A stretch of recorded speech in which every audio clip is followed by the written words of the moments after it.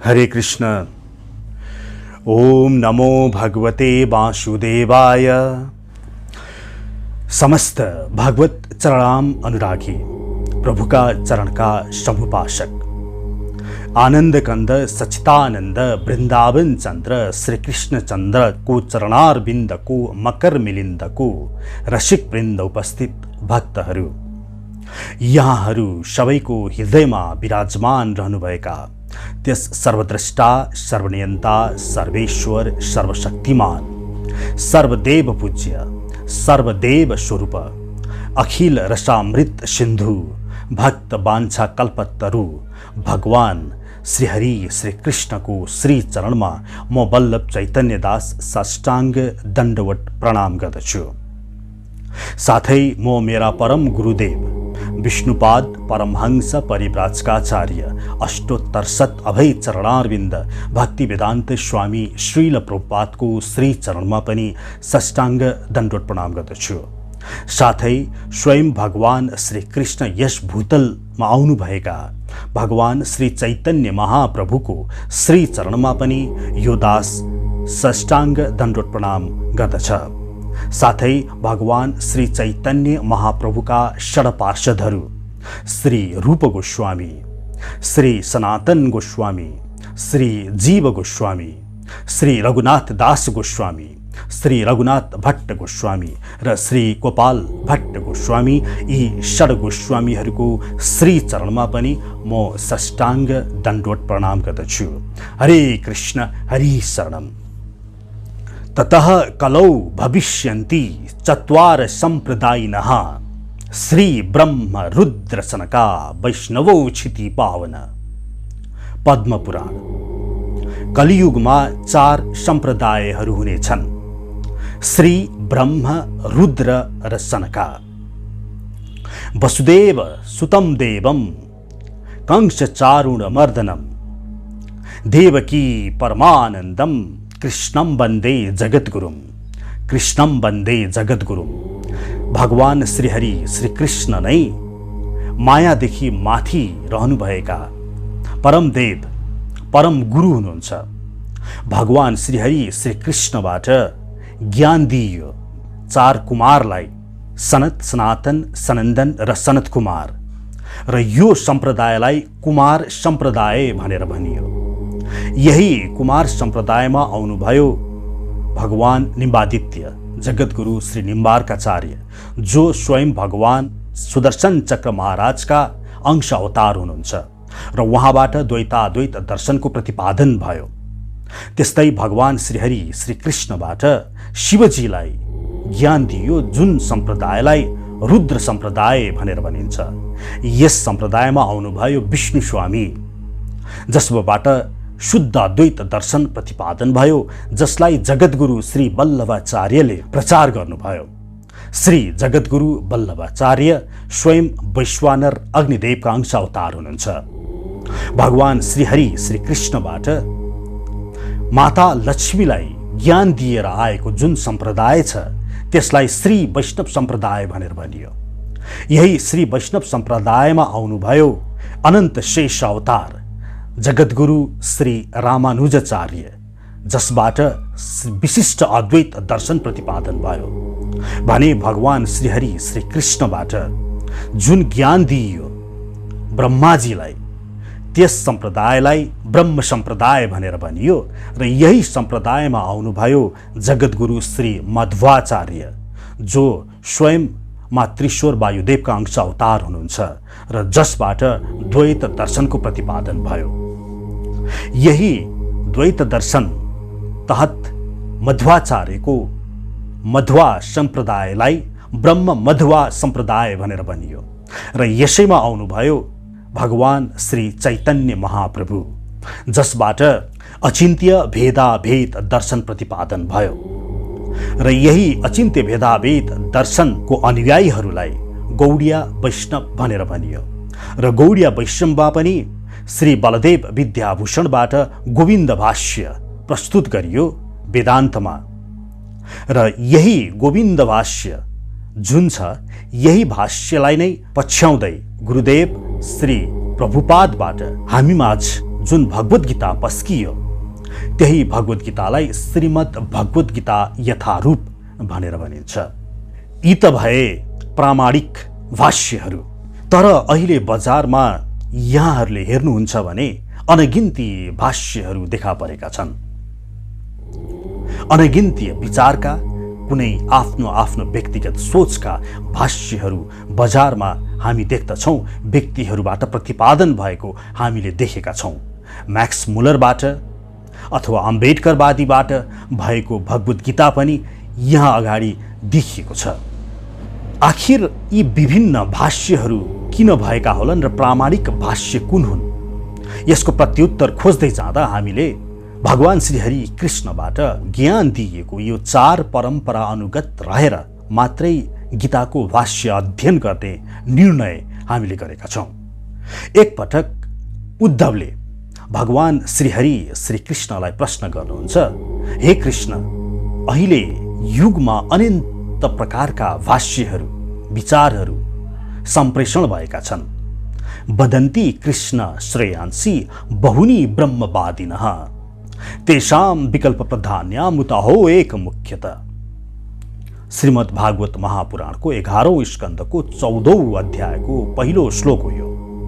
भगवान श्रीकृष्णले उत्तर दिँदै भन्नुहुन्छ, कालेन नष्टा प्रलये वाण्यं वेद संहिता मयि आदौ ब्रह्मणे प्रोक्ता धर्मो यस्यां मदात्मकाः। भागवत 11:14-3। मैले पहिला आदि ब्रह्माजीलाई ज्ञान दिएको थिएँ कि परम ज्ञान भनेको मलाई पुज्नु हो, धर्मो यस्याम मदात्मकाः। तर यो काल अनुसार यो ज्ञान क्षीण हुँदै गयो। तेन प्रोक्ता सुपुत्राय मनवय पूर्वजायसा ततो वृगादयो आग्रहन् सप्त ब्रह्म महर्षयः। मैले जुन ज्ञान ब्रह्माजीलाई दिए त्यो ज्ञान सप्त ऋषि मनु भृगु आदि ऋषिहरूका गयो। दिव्यः पितृव्यस्तत्पुत्रा देव दानव गुह्यकाः मनुष्याः सिद्धगन्धर्वा विद्याधर चारणाः। अनि त्यो ज्ञान देवताहरूमा गयो, मनुष्यहरूमा गयो, गन्धर्वहरूमा गयो, विद्याधर चरणहरूमा गयो। किं देवाः किन्नरा नागा रच्यः किं पुरुषादयः। त्यसपछि त्यो ज्ञान किन्देव किन्नर नाग राक्षस किम पुरुष आदिमा गयो। यावीर भूतानि भिद्यन्ते भूतानां पतयस्तथा यथा प्रकृति सर्वेषां चित्रावाचः श्रवन्ति। अनि यसरी व्यक्तिहरूले आफ्नो तरिकाले यो ज्ञान धर्मो यस्यां मदात्मकाः, धर्म भनेकै श्रीहरि श्रीकृष्ण पुज्नु हो, यो ज्ञान आफ्नो तरिकाले व्यक्तिहरूले प्रचार गर्दै गए। पारम्परेण केशाञ्चित पाखण्ड मतयो परे। र परम्परा हुँदै व्यक्तिहरूले चित्रावाचः श्रवन्ति, आफ्नो गुणमा छ त्यो व्यक्ति, त्यो गुण अनुसार व्यक्तिले वाचन गर्दै गए र त्यही अनुसार व्यक्तिले बुझ्दै गए। श्रीमद् भागवत महापुराण प्रथम स्कन्धको दोस्रो अध्यायको 27औं श्लोकमा भनिन्छ, रजस्तमः प्रकृतयः समशीला भजन्ति वै पितृभूत प्रजेशादिन श्री ऐश्वर्य प्रजाप्सवः।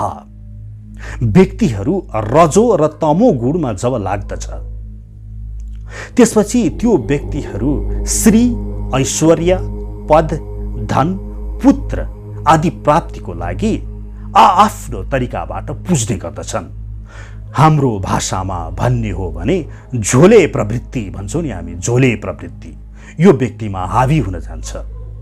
कोही व्यक्ति नेताको पछि दगुर्छन्, कोही व्यक्ति मन्त्रीको पछि दगुर्छन्, कोही व्यक्ति राजाको पछाडि कर्मचारीको पछाडि दगुर्ला भने कोही व्यक्ति देवी देवताहरूको पछि दगुर्छन्।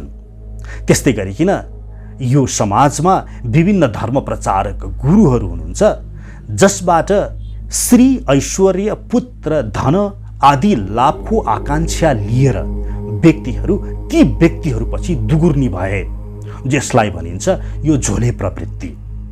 र यो झोले प्रवृत्तिको कारणले गर्दाखेरि अवसान हुँदै गयो।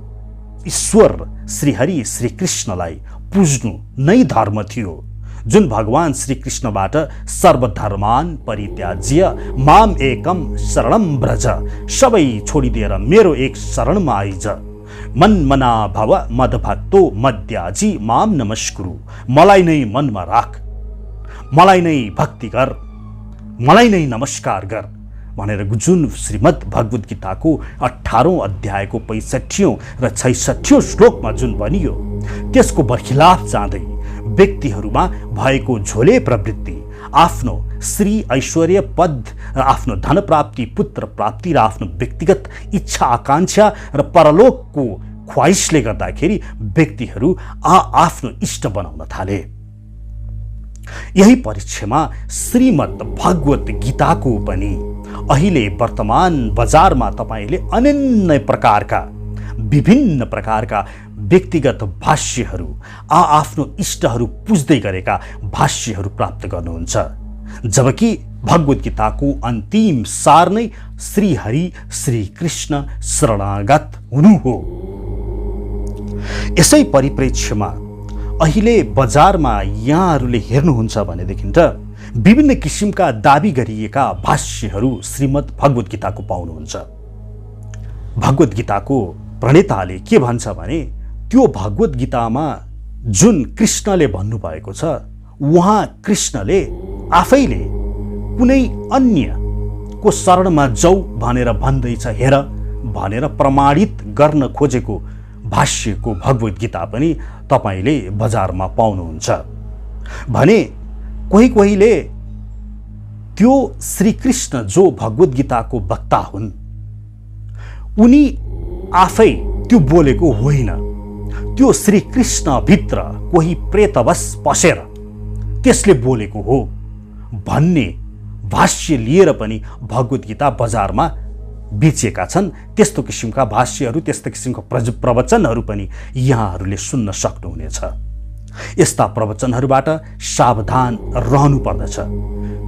चाहे भगवद् गीता श्रीकृष्णले नभनेर अन्यले भनेको हो भन्ने दाबी गर्ने एउटा वर्ग, चाहे त्यो श्रीकृष्ण एउटा बोटली फिगर, एउटा शरीर मात्रै हो, त्यहाँभित्र कोही अन्य प्रेतवश प्रवेश गरेर भगवद् गीताको ज्ञान दिएको हो भन्ने दाबी गर्ने अर्को वर्ग, चाहे यी दुवै वर्ग रहन्, यिनीहरू दुवै वर्गले देखाउने श्रीमद् भगवद् गीताको श्लोक भनेको मूलतः 15औं अध्यायको 17औं र 18औं अध्यायको 62औं श्लोक हो। हेर्नुहोस्, एक पटक यसो ध्यान दिएर हेरौँ, जसले भन्दैछ कृष्ण आफैले त्यो अर्को देवको शरणमा जाऊ भनेर भन्दैछ हेर भन्ने दाबी गर्नेहरूले 15औं अध्यायको 17औं श्लोकलाई उद्धृत गर्दै भन्छन्, त्यहाँ के लेखिएको छ भने, उत्तमः पुरुषस्तो अन्यः परमात्मित्युद्धराहितः यो लोकत्रयमाविश्य विवर्त्य अव्येश्वर। यसको मतलब हुन्छ, उत्तम पुरुष त्यो अन्य नै छ जसलाई परमात्मा भनेर भनिन्छ, जो यो तीनै लोकमा प्रवेश गरेर पालन गर्दछ। तर यहाँ ती व्यक्तिहरूले खाली उत्तम पुरुषस्तो अन्यः यति मात्रै लिएर उनीहरू दाबी गर्छन्। हेर, स्वयं भगवान श्रीहरि श्रीकृष्णले भन्दै हुनुहुन्छ कि उत्तम पुरुष त त्यो अर्कै छ है भनेर 15औं अध्यायको 17औं श्लोकको यो दाबी प्रस्तुत गर्दछन्। र उनीहरूले त्यहाँ त्यो उत्तम पुरुष को हो त भन्दा आफूले प्रमाणित गर्न खोजेको आफ्नो देवता, आफ्नो इष्ट त्यो हो है भनेर आफूले प्रमाणित गर्न खोजेको देवता अघि ल्याइदिन्छन् र यसरी व्याख्या गरिदिन्छन् कि त्यो उत्तम पुरुष भनेको श्रीकृष्ण स्वयंले त्यता जाऊ है भनेर भन्दैछन् भनेर। तर उहाँहरूबाट यो कुरा भनिदैन कि 15 अध्यायको 17औं श्लोक यो भन्दै गर्दा तुरुन्त 18औं श्लोक उनीहरू वाचन गर्दैनन् वा त्यसको अर्कै परिभाषा गरिदिन्छन्, जसमा लेखिएको छ, यस्मात् क्षरम अतितो अहम अक्षरादि च उत्तमः ततो अस्मि लोके वेदे च प्रतितः पुरुषोत्तम। त्यसकारण अस्मि, मलाई लोक र वेदमा पुरुषोत्तम भनेर भनिन्छ, किनभने म क्षर र अक्षरदेखि पर रहेको परम पुरुष हो।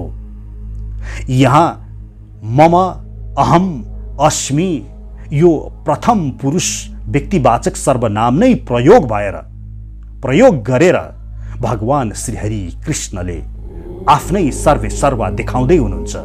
तर यसलाई छुपाइन्छ र उत्तम पुरुष जस्तो अन्य मात्रै देखाएर यहाँहरूलाई बकाउने प्रयास गरिन्छ कि स्वयं श्री कृष्णले त्यो अन्य पुरुष छ भनेर देखाउँदैछन् है।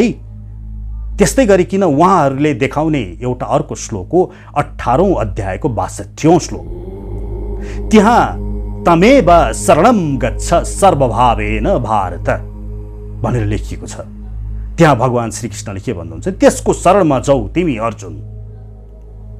र यो श्लोक देखाउँदै उहाँहरूले दाबी गर्छन् कि हेर श्रीहरि श्री कृष्णले, तपाईहरूको कृष्णले तमेव शरणं गच्छ, उसको शरणमा जाऊ भनेर भन्दैछन् भने त्यो अर्को को हो त भन्दा उनीहरूले प्रमाणित गर्न खोजेको उनीहरूको ईश्वर त्यो त्यहाँ ल्याएर राखिदिन्छन् र यसरी भ्रमित गर्ने प्रयास गर्छन्।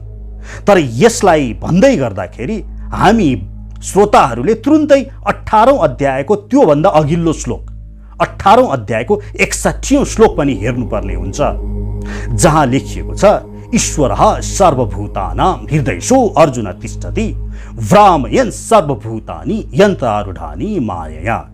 हे अर्जुन, ईश्वर सबैको हृदयमा विराजमान हुनुहुन्छ र उनले सबै जीव जन्तुहरूलाई यो ब्रह्मचक्रमा मृत्यु जन्मको चक्रमा घुमाइरहनु भएको छ। अनि त्यसपछि भन्नुहुन्छ तमेव शरणं गच्छ सर्वभावेन भारत, त्यो ईश्वरको शरणमा, त्यो परमात्माको शरणमा जसले जन्म मृत्युको चक्करमा घुमाइरहेको छ त्यसको शरणमा तिमी जाऊ। यसरी 1862 लाई बुझ्नको लागि 18औं अध्यायको 61औं त्योभन्दा अघिल्लो श्लोक अत्यावश्यक हुन्छ। तर यहाँहरूलाई भ्रमित गर्नको लागि 18औं अध्यायको 62औं श्लोक मात्रै सुनाएर यहाँहरूलाई भन्ने गरिन्छ कि तमेव शरणं गच्छ भनेर स्वयं कृष्णले उसको शरणमा जाऊ र त्यो ऊ भनेको यो हो भनेर आफूले प्रमाणित गर्न खोजेको कुनै पनि व्यक्तित्वलाई त्यहाँ राखिदिन्छन्। तसर्थ यस्तो किसिमको भाष्यदेखि यहाँहरू सावधान रहनुहुन म आग्रह गर्दछु। साथै अर्को दाबी छ जसले के भन्छ भने प्रेतवश रूपमा श्रीकृष्ण भित्र पसेर कोही अन्यले बोलेको हो, त्यो कृष्णले बोलेको होइन भनेर उनीहरूले दाबी गरेर तपाईहरूलाई भ्रमित गर्ने प्रयास गर्दछन्। उनीहरूले यो आफ्नो दाबी प्रमाणित गर्नको लागि महाभारतको त्यो श्लोक उद्धृत गर्नेछन् जसमा अर्जुनले पुनः कृष्णलाई भन्दाखेरि हे कृष्ण, त्यो भगवत गीताको ज्ञान पुनः श्रवण गर्न चाहन्छु भन्दा भगवान कृष्णले के भन्नुहुन्छ भने हे अर्जुन, म त्यतिखेर योग बलमा परेर गीता ज्ञान दिएको थिएँ, अहिले म भन्दिनँ भन्नुहुन्छ। र उनीहरूले के भन्छ भने हेर त्यो कृष्ण त्यतिखेर योग बलमा परेर भनेर आफैले भन्दै हुनुहुन्छ, त्यतिखेर भगवत गीताको जुन ज्ञान कृष्णभित्र कोही अन्य प्रेतवश प्रवेश गरेर बोलेको हो, नत्र भनेदेखि त श्री कृष्णले फेरि पनि अर्जुनको आग्रहलाई टाल्नुहुन्न थियो होला, फेरि भन्नुहुन्थ्यो होला। त्यसैले कृष्णले दोस्रो पटक भगवत गीताको ज्ञान दिन नै सक्नु भएन। यसबाट प्रमाणित हुन्छ कि त्यो भगवत गीताको ज्ञान श्रीकृष्ण स्वयंले भनेको होइन, श्रीकृष्णभित्र कोही अन्य प्रेतवश पसेर भनेको हो। यो पस्यो सिद्धान्त अहिले खुब प्रचारमा छ। धेरै वादीहरूले यही पस्यो सिद्धान्त यहाँहरूलाई सुनाउने प्रयास गर्दछन् र आफ्नो इष्टलाई त्यो पसेर त्यहाँभित्र पसेर उसले यसलाई कहाँ जाऊ भनेर आफ्नो इष्ट, आफ्नो प्रमाणित गर्न खोजेको देवलाई त्यहाँ राखेर उनीहरूले आफ्नो लक्ष्य प्रमाणित गर्न सक्दछन्। झोले वृत्ति, उनीहरू जसको झोला समातेका छन् त्यो उहाँलाई नै त्यहाँ ल्याएर प्रमाणित गर्न खोज्ने प्रयास। तर यसलाई पनि तुरुन्तै हामी बुझ्न सक्दछौँ, यसलाई खण्डन हामी गर्न सक्दछौँ। पहिलो कुरा त महाभारतमा जुन भगवान श्रीकृष्णले भन्नुभयो कि म त्यतिखेर योग बलमा परेर मैले भनेको थिएँ, अहिले भन्न चाहन्न, यसलाई त सहजै साधारण रूपमा लिन सकिन्छ। पहिलो कुरा, मलाई नै तपाईहरूले अथवा कोहीले आग्रह गरे कि अस्ति भनेको प्रवचन पुनः भन त भनेर भनियो भने मैले के उत्तर दिन्छु होला? तसर्थ भगवान श्रीकृष्णबाट त्यस्तो उत्तर दिनु कुनै अनपेक्षित उत्तर होइन, त्यो साधारणमा लिनुपर्दछ। फेरि भगवान श्रीकृष्णले दोस्रो पटक भगवत गीता भन्न सकेका छैनन् भन्ने उहाँहरूको दाबी छ। त्यो दाबी पनि झुट दाबी हो, किनभने श्रीमद् भागवत महापुराणको 11औं स्कन्धको 7औं अध्यायदेखि 29औं अध्यायसम्मको जुन उद्रांश छ, यसलाई उद्धव गीता भनेर भनिन्छ। पुनः भन्न चाहे, श्रीमद् भागवत महापुराणको 11औं स्कन्धको 7औं अध्यायदेखि 29औं अध्यायसम्मको जुन पाठ छ, यसलाई उद्धव गीता भनिन्छ। भगवान श्रीकृष्णले श्रीमद् भगवत गीता जस्ताको तस्तै स्वयं आफैले उद्धवलाई बताउनु भएको छ। तसर्थ श्रीमद् भगवत गीता एकपटक मात्र भनियो भनेर भन्नु यो झुटो भयो, किनभने त्यही कुरा भगवान श्रीकृष्णले उद्धव गीता तहत फेरि पनि बताउनु भएको थियो उद्धवलाई। अनि पशु सिद्धान्तको पनि खण्डीकरण हामी मजासँग गर्न सक्दछौँ। कसरी गर्न सक्दछौँ भन्दा, भगवत गीताको वाक्यांश जुन छ त्यसको भाव हेरेर वक्ता को हो भन्ने हामी साधारण आफ्नै विवेक प्रयोग गरेर विचार गर्न सक्दछौँ। उदाहरणको लागि हेर्नुहोस् है त, गीताको 15औं अध्यायको 17औं श्लोक उहाँहरूले देखाउने श्लोक यही हो। त्यहाँ उत्तमः पुरुषस्त्वन्यः भनेर भगवान श्रीकृष्णले भन्नुभएको छ। यसलाई देखाउँदै उहाँहरू के भन्नुहुन्छ भने, हेर त यहाँभित्र त्यो प्रेत बसेर भनेको हो, त्यो उत्तमः पुरुषस्त्वन्यः भनेको त्यो उत्तम पुरुष अर्कै हो, त्यो परमात्मा त्यो अर्कै हो। तर एकपल्ट त्यो पशु सिद्धान्तलाई खण्डन गर्नको लागि म यहाँहरूलाई त्योभन्दा 2 चरण अगाडिको श्लोकमा लगे, 15औं अध्यायको 15औं श्लोकमा। त्यहाँ के लेखिएको छ भने, सर्वस्य चहम हृदि सन्निविष्टो मत्तः स्मृतिर्ज्ञानम् अपोहन च वेदैश्च सर्वैरहम् एव वेद्यो वेदान्तकृत वेदवित् एव चहम्। अर्थात् म सबैको हृदयमा बसेको छु, समस्त वेदहरूबाट जानिने मै हुँ, र त्यो वेदको सङ्कलनकर्ता पनि मै हुँ, र त्यो वेदलाई बुझेको पनि मै हुँ। अब भन्नुहोस्, यो वाक्यांशको भाव लिएर बुझ्दाखेरि यो बोल्ने को होला त? त्यहाँभित्र पसेको प्रेतले के यस्तो बोल्न सक्छ? के प्रेतले भन्न सक्ला कि मलाई नै वेदबाट जानिने मै हुँ? त्यहाँभित्र पसेको कोही वक्ता हो र वेदबाट जानिने, र वेदलाई लेख्ने पनि उही, वेदलाई बुझेको पनि उही, र सबैको हृदयमा बसेको पनि उही। अर्थात् यहाँनिर कोही त्यो परम तत्त्वले बोल्दैछ। अब उहाँले भनेको अनुसार मान्ने हो कोही प्रेतवश पसेको भनेदेखि त हामी 15-17मा गयो भने उत्तमः पुरुषस्त्वन्य भनेको अर्कै पुरुष छ भनेर मानियो रे। ल, उहाँको कुरा मानियो। फेरि 15औं अध्यायको 17लाई छोडेर 18औंमा जानुभयो भनेदेखि त के देख्नुहुन्छ भने, त्यहाँ फेरि यस्मात् क्षरम् अतिदो अक्षरादि च उत्तमः ततो अस्मि लोके वेदे च प्रतितः पुरुषोत्तम। म क्षर र अक्षर दुवै भन्दा पर छु, त्यसै कारणले लोक र वेदमा मलाई परमेश्वर भनेर भनिन्छ। अब यो फेरि कसले बोल्यो? फेरि अझ अगाडि जाउँ, उनीहरूले 18औं अध्यायको 62औं श्लोकमा के भन्नुहुन्छ भने, तमेव शरणं गच्छ सर्वभावेन भारत। हेर, त्यहाँभित्र प्रेतवश पसेकोले उसको शरणमा जाऊ भन्दैछ भनेर भन्यो। त्यति त्यसो हो भने 18औं 62लाई छोडेर 63, 64, 65मा जाउँ त, त्यहाँ के भनेको छ? मन्मना भव मदभक्तो मद्याजी माम नमस्कुरु मामेव एष्यासि सत्यम। मन्मना भव, मलाई नै मनमा राख, मदभक्तो मेरो भक्त बन, मद्याजी माम नमस्कुरु मलाई नै नमस्कार गर। अब यो कसले भन्या होला त? त्यहाँभित्र पसेको कोहीले भन्या होला त? यहाँहरू आफै विवेकले मनमनै सोच्नुहोस् त। तसर्थ उहाँहरूको यदि यो पश्चिम सिद्धान्त मान्य हो भने त के देखियो भने, 15औं अध्यायको 15औं श्लोक भन्दाखेरि उनीहरूको परम तत्त्व त्यहाँभित्र प्रवेश गरेर बोलेछ। त्यसपछि उहाँहरूकै सिद्धान्त मान्य हो भने 17औं श्लोकमा पुग्दाखेरि फेरि त्यहाँ अर्को पसेछ, अनि 18औं श्लोक मार्दाखेरि फेरि परम तत्त्व पस्यो। फेरि 18औं अध्यायको 62मा पुग्दाखेरि फेरि त्यहाँ चाहिँ नि प्रेत पस्यो। 65मा जाँदा फेरि परम तत्त्व पस्यो। यो के हो? यो हास्यास्पद भएन? यस्तो किसिमको हास्यास्पद कुतर्क गर्नेहरूको भाष्यदेखि, अर्थात् श्रीकृष्ण एउटा शरीर हो, त्यो शरीरभित्र कोही प्रवेश गरेर बोल्यो भन्ने यस्तो व्यक्तिहरूको कथनदेखि हामी सावधान रहनुपर्दछ।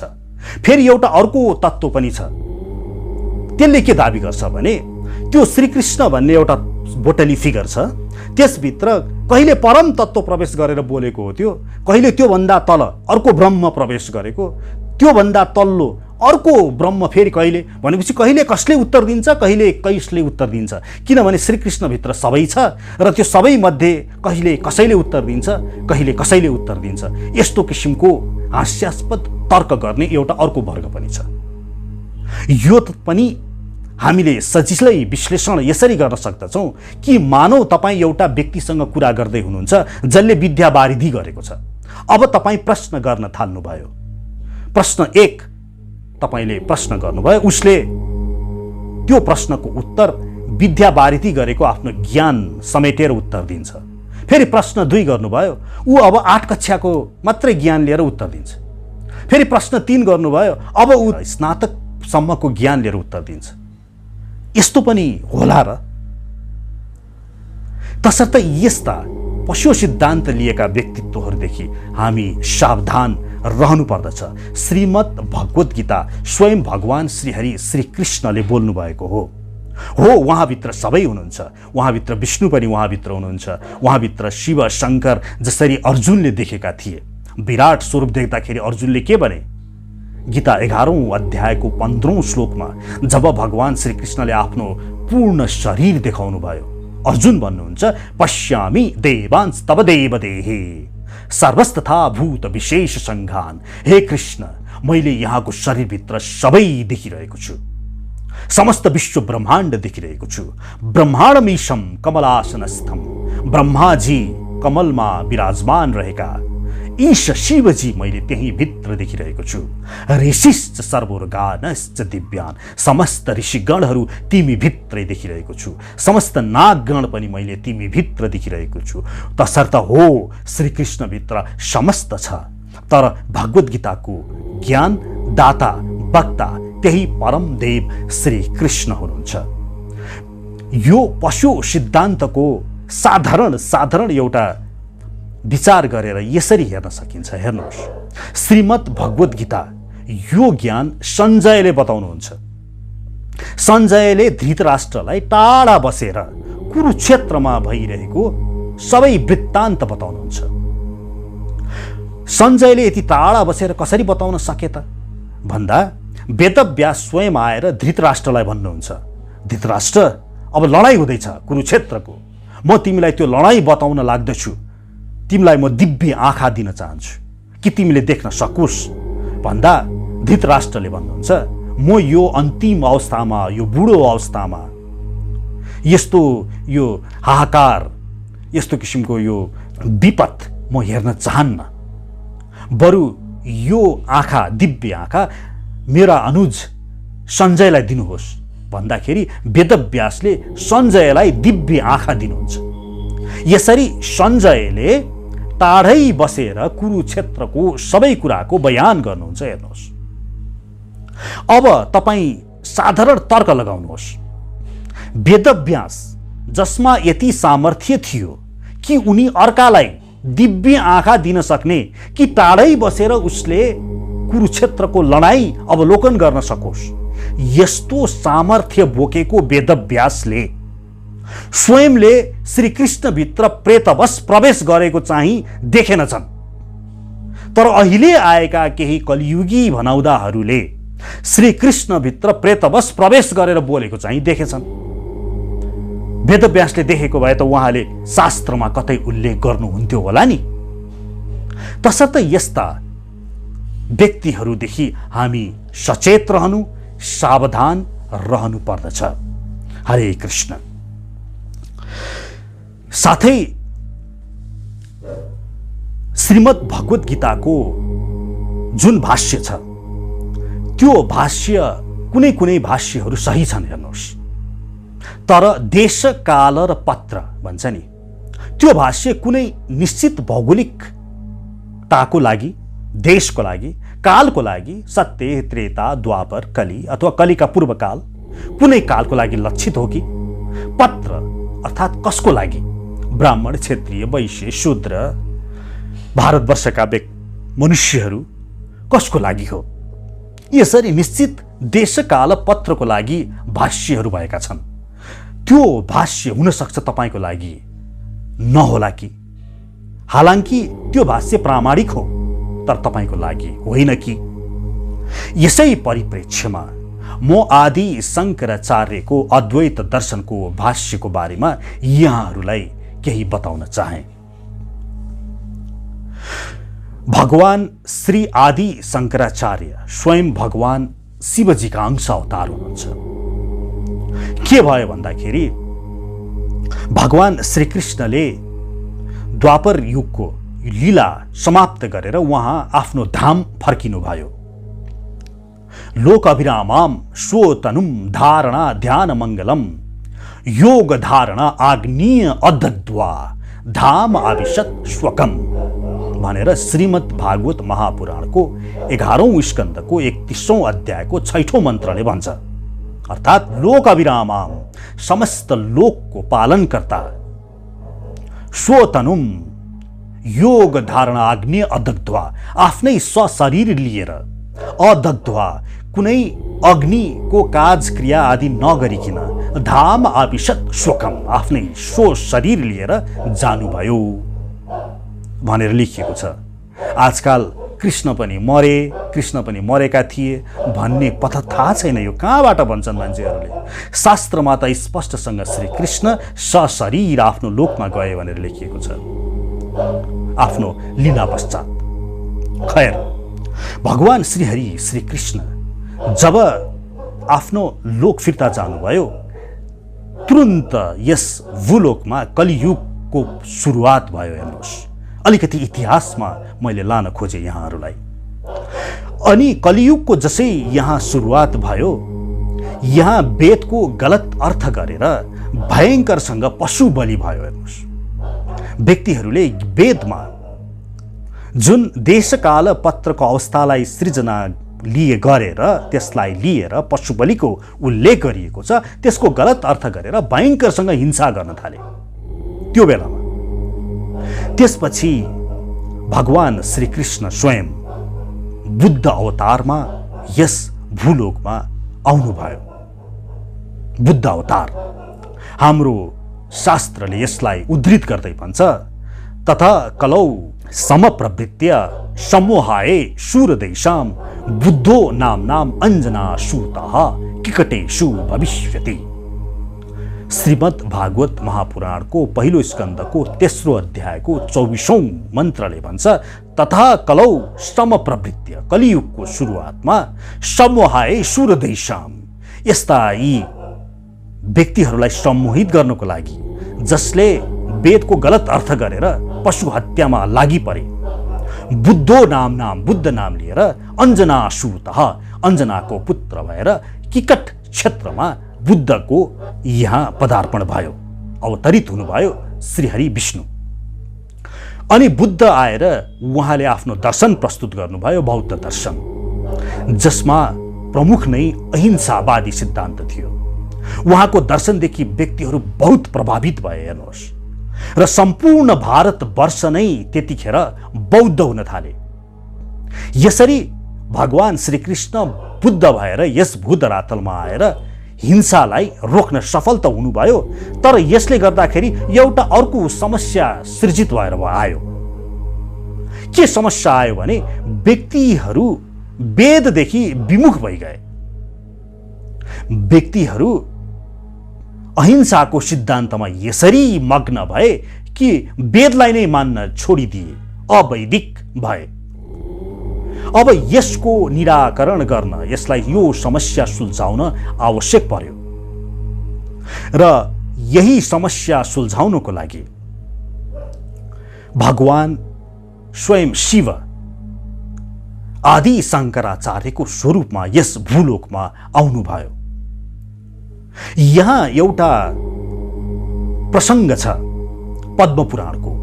पद्मपुराण उत्तराखण्ड 236औं अध्यायको पहिलो, तेस्रो, चौथो, पाँचौं, छैठौं आदि श्लोकहरू यहाँहरूलाई अध्ययन गर्न मैले आग्रह गरेँ। यसमा भगवान शिवजी र पार्वती बीचको संवाद छ। हेर्नुहोस्, त्यहाँ पहिलो श्लोकमा पद्मपुराण उत्तराखण्ड 236औं अध्यायको पहिलो श्लोकमा शिवजीले पार्वतीलाई भन्नुहुन्छ, श्रुदेवी प्रौक्ष्यामि तामसानि यथाक्रमम् यस्यै श्रवणेन मात्रेण पातित्यम ज्ञानिनामपि। मैले भूलोकमा गएर एउटा नयाँ दर्शन प्रस्तुत गर्नेवाला छु, जसलाई श्रवण मात्र गरेमा पनि पातित्यम ज्ञानिनामपि, ज्ञानी दयहरू पतित हुन्छन्। बौद्ध शास्त्र महत्प्रोक्तम नगनीलपटादिकम मायावादम असत्शास्त्र प्रच्छन्न बौद्धम उच्चयते। म यो बौद्ध दर्शन जस्तै एउटा नयाँ दर्शन प्रस्तुत गर्नेवाला छु। प्रच्छन्न बौद्धम उच्चयते। मयि कथ्यते देवी कलौ ब्राह्मण रूपिणा। यो कलियुगमा ब्राह्मण रूपिणा म ब्राह्मणको स्वरूप लिएर जानेछु। अपार्थ श्रुति वाक्यानां दर्शैलोक गरितम परीश जीव योर्यक्यम मै यात्र प्रतिपाद्यते। म गएर त्यो ईश्वर र जीव एकै हो भन्ने सिद्धान्त जुन बौद्ध दर्शनसँग मेल खान्छ, त्यस्तो सिद्धान्त म प्रस्तुत गर्नेछु। ब्रह्मणश्च परम रूपम निर्गुणश्च बच्यते मया। र त्यो परम तत्त्व जुन साकार सगुण सविशेष हुनुहुन्छ, त्यसलाई मैले निराकार निर्गुण निर्विशेष भनेर म प्रतिपादन गर्नेछु। तसर्थ यहाँ जुन आदि शङ्कराचार्य आएर आफ्नो अद्वैत दर्शन दिनुभयो र शङ्कराचार्यको अद्वैत दर्शनको वेदान्त भाष्य गीता भाष्य जुन छ, त्यसलाई हाम्रा पछि आएका श्री रामानुजाचार्य श्री चैतन्य महाप्रभुले खण्डन गर्दै भन्नुभयो कि हेर कि आदि शङ्कराचार्यको यस भूलोकमा आउनुको वास्तविक प्रयोजन के थियो। शास्त्र नै उद्धृत गर्दै भन्न थाल्नुभयो। पद्मपुराणको 236औं अध्यायको पहिलो, तेस्रो, चौथो, पाँचौं, छैटौं, सातौं, आठौं शिव पार्वती संवाद देखाएरै प्रमाणित गर्न दिनुभयो कि उनको उद्देश्य मात्रै यी वैदिक धरातल त्यागेर बौद्ध भइगएका थिए, उनीहरूलाई घर वापसी गर्नु थियो। हुन पनि त्यही भयो। आदि शङ्कराचार्य यहाँ आउनुभयो। उहाँले एउटा यस्तो दर्शन प्रस्तुत गर्नुभयो जुन बौद्ध दर्शनसँग मेल खान्छ। हेर्नुहोस्, बौद्ध दर्शन भनेको अनिश्वरवादी दर्शन हो, जहाँ ईश्वर नियामक हुँदैन। त्यहाँ स्वयं साधक तपाईले नै सिद्धि प्राप्त गर्न सक्नुहुन्छ, बुद्धत्व प्राप्त गर्न सक्नुहुन्छ। यही दर्शन, यही नै जस्तै जस्तै अद्वैत दर्शन भगवान श्री आदि शङ्कराचार्यले गर्नुभयो कि अहम ब्रह्मास्मि, म नै ब्रह्म हुँ। मात्र के फरक गरिदिनु भयो भने बौद्ध सिद्धान्तमा परम तत्त्व हुँदैन, त्यहाँ नियामक कोही पनि हुँदैन भने यता त्यो नियामक उहाँहरूलाई घर वापसी गर्ने प्रथम चरण हेतु त्यो परम तत्त्व भनेको निराकार निर्विशेष निर्गुण ब्रह्म हो भनेर उहाँले यसरी भन्नुभयो। र यसरी आदि शङ्कराचार्यले लगभग सबै जसो पलायन भइसकेका वैदिक सनातन धर्मीहरूलाई घर वापसी गर्न सफल हुनुभयो। यसरी आदि शङ्कराचार्यको भाष्य भनेको त्यतिखेर त्यो अवस्थालाई मात्रै हो है भन्दै जगद्गुरु रामानुजाचार्य, माध्वाचार्य आदिले यो कुरा प्रमाणित गरेर देखाउनु भयो। साथै यी आदि शङ्कराचार्यका भाष्यहरूमा त्रुटि पनि औल्याउनु भयो। आदि शङ्कराचार्यले यो जीवको परिभाषा दिँदै के भन्नुभयो भने जब परमात्माको अन्तर्हृदयमा त्यसको प्रतिबिम्ब पर्दछ, त्यो प्रतिबिम्बलाई नै जब त्यसले म हुँ भन्ने बुझ्दछ, ब्रह्म रहन्छ भने त्यसलाई जीव भनेर भन्नुभयो। यदि त्यसो हो भने रामानुजाचार्य आदि आचार्यहरूले के भन्नुभयो भने यदि त्यसो हो भने गरुड पुराणमा उल्लेख गरिएको त्यो अंगुलो जत्रो जीवलाई जब यमदूतहरूले तान्दछन् त्यो भनेको के हो त? त्यसो भए आदि शङ्कराचार्यले जीवको त्यो जुन अनुभव छ त्यो परमात्माको प्रतिबिम्बलाई नै मै हुँ भन्ने ठान्ने, यसलाई चिदाभास भनेर भन्नुभयो। त्यो चिदाभासलाई नै यदि जीवले मोहु भनेर भन्नुभएको छ भने त्यो गरुड पुराण आदिमा उल्लेख भएको जुन जीवले नरकमा गएर अथवा स्वर्गमा गएर भोग गर्दछ त्यो चिदाभासले चाहिँ कसरी भोग गर्दछ, यसरी प्रश्न गरियो। हेर्नुहोस्, यस्तै गरिकन खण्डन गर्दै अझै आचार्यहरूले, पछि आएका आचार्यहरूले के भन्नुभयो भने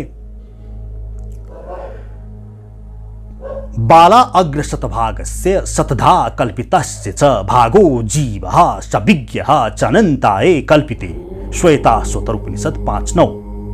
यहाँ के भनिएको छ भने यो जीव भनेको के हो रे भने बाला अग्रशतभागस्य, यो कपाल जुन छ त्यसको टुप्पोलाई लिनु रे, शतधा कल्पितस्य छ त्यसलाई 100 टुक्रा गर्नु रे, अनि त्यो एउटा रहेको टुक्रालाई फेरि 100 टुक्रा गर्नुहोस् रे।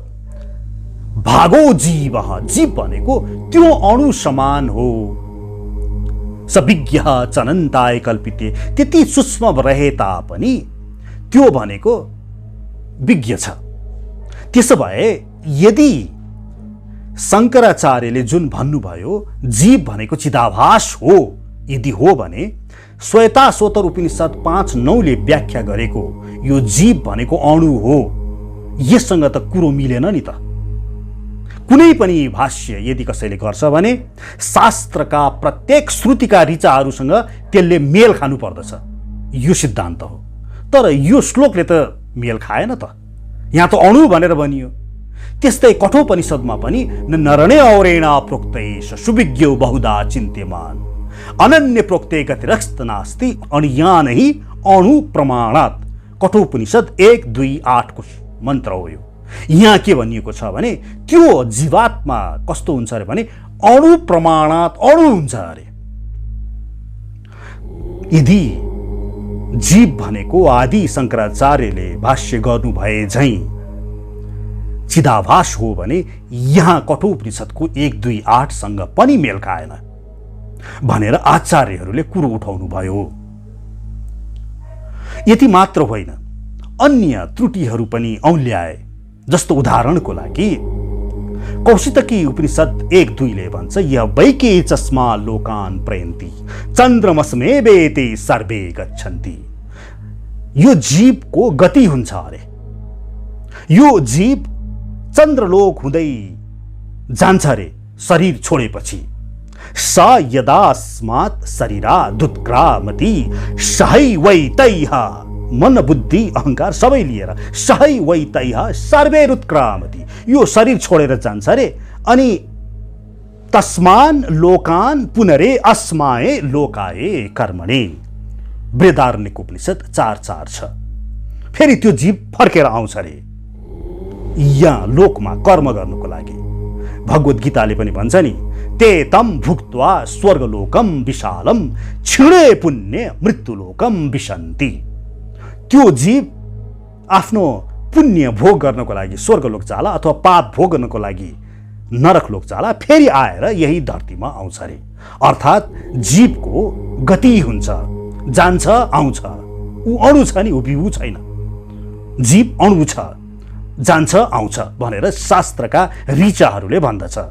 यही ऋचाहरूलाई आधार मान्दै वेदव्यासले ब्रह्मसूत्र बनाइदिनु भयो। हेर्नुहोस्, उत्क्रान्ति र गत्यार आगतिर नाम ब्रह्मसूत्र 2:3:20।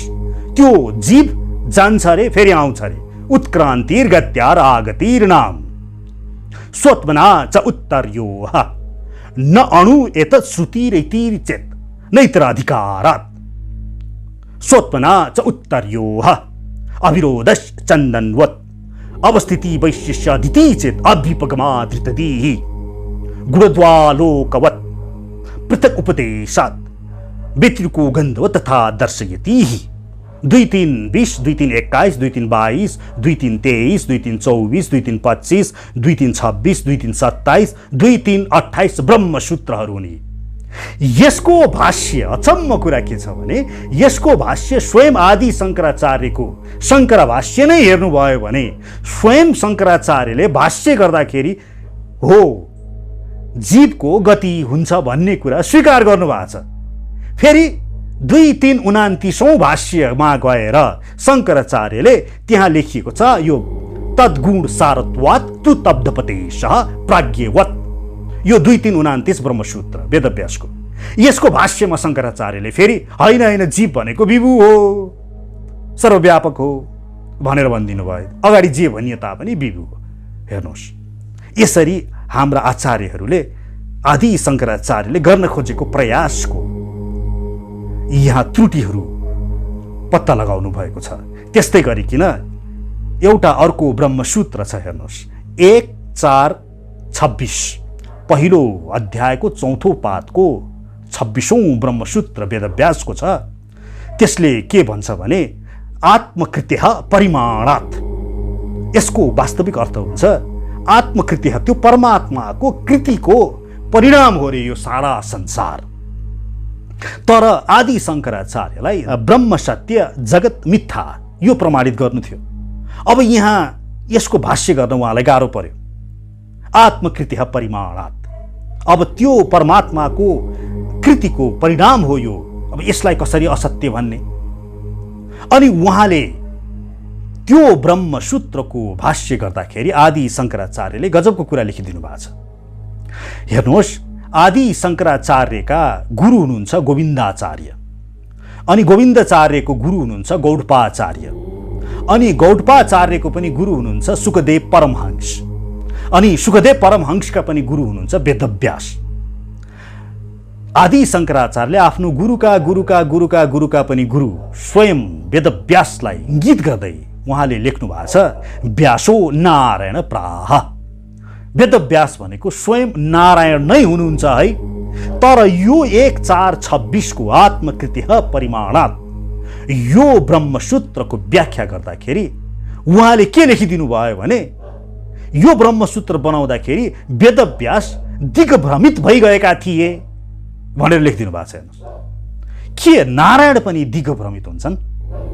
यसरी विभिन्न किसिमका त्रुटिहरूमाथि खण्डन जगद्गुरु श्रीपाद रामानुजाचार्य, जगद्गुरु मध्वाचार्य अनि स्वयं श्री चैतन्य महाप्रभुबाट भयो। तसर्थ अद्वैत दर्शनको सिद्धान्त हामी द्वैतवादी दर्शनका सिद्धान्तका अनुयायीहरू, अझ भनौँ गोविन्द भाष्यका सिद्धान्त अनुयायीहरू, हामी त्यसलाई स्वीकार गर्दैनौँ। र रामानुजाचार्य पछि आएका जति पनि जगद्गुरुहरूका अनुयायीहरू छन् उहाँहरू कसैले पनि आदि शङ्कराचार्यको अद्वैत दर्शनको भाष्य स्वीकार गर्दैनन्। यो कुरा यहाँहरूले बुझ्नुपर्नेछ। तर यसको अर्थ यो होइन कि त्यो गलत छ। यसको अर्थ यो हो कि आदि शङ्कराचार्यको भाष्य त्यस समयको काल विशेष परिस्थिति अनुसार थियो। यति मात्र होइन, आदि शङ्कराचार्यले सबै जो बौद्ध भइगएका थिए, जो वेद विमुख भइगएका थिए, तिनीहरू सबैलाई घर वापसी गर्नमा पनि सफल हुनुभयो। त्यति मात्र होइन, आदि शङ्कराचार्यले यस्तो किसिमको एउटा मैदान तयार पारिदिनु भयो जुन मैदानमा पछि आएका जगद्गुरुहरू श्री रामानुजाचार्य, श्री मध्वाचार्य, स्वयं चैतन्य महाप्रभुले त्यस मैदानमा खेल्ने अवसर प्राप्त गर्नुभयो। तसर्थ अद्वैत दर्शन आफूमा विचित्रको छ। स्वयं शिवजीको भाष्य हो त्यो। स्वयं श्री चैतन्य महाप्रभुले त मायावादी भाष्य हेर्दै नहर्नु है, तिमीहरू भ्रमित भइहाल्छौ, तिमीहरू तुरुन्तै यो सबै त्याग गरेर त्यता गइहाल्छौ भनेर आगाहा सावधान गराउनु भएको छ। त्यति सुन्दर भाष्य छ। गर्नुपर्ने श्रीहरि श्रीकृष्णको प्रेम हो र अद्वैत दर्शनमा जुन निराकार निर्ब्रह्मको जुन चर्चा गरिएको छ त्यो पनि श्रीकृष्णको प्रभाव नै हो। वास्तवमा शिवजीले आएर ब्राह्मणको स्वरूपमा जुन अद्वैत दर्शनको प्रतिपादन गर्नुभयो त्यसमा असत्य कुनै पनि छैन, सबै सत्य छ।